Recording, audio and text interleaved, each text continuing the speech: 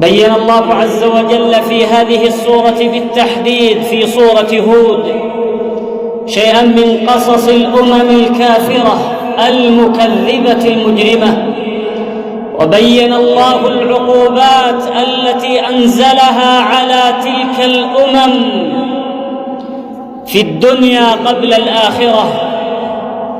ثم بين بعد ذلك مخاطبا لمحمد صلى الله عليه وسلم: ذلك يا محمد من أنباء القرى نقصه عليك، نبينه لك وتقصه على أمتك ليكون في ذلك عظة وعبرة لمن سلك مسلكهم ولمن سار سيرهم ومشى في طريق ظلمهم وجبروتهم وعنادهم.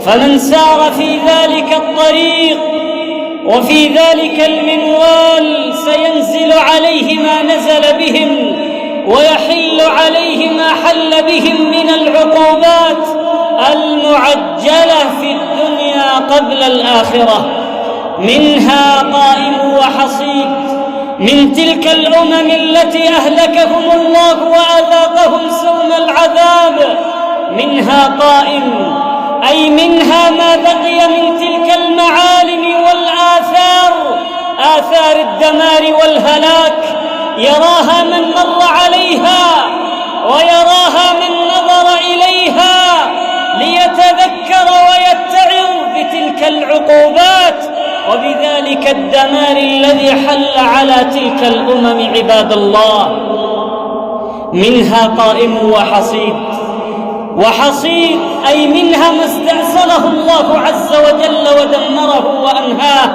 لم يبق له أثر ولم يبق له معلم ولا كائن.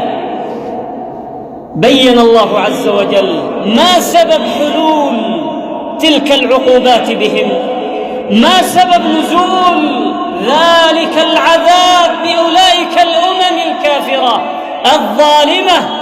قال الله عز وجل: وما ظلمناهم. لم يكن هذا العقاب، لم يكن هذا العذاب، لم تكن هذه العقوبات ظلما منه سبحانه وحاشاه.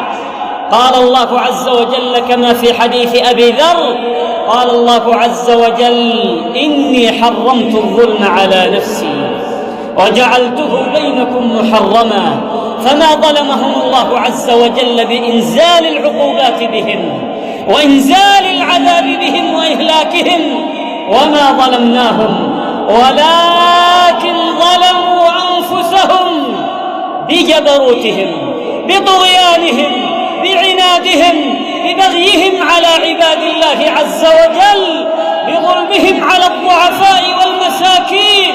وما ظلمناهم ولكن ظلموا أنفسهم. فما أغنت عنهم آلهتهم التي يدعون من دون الله من شيء.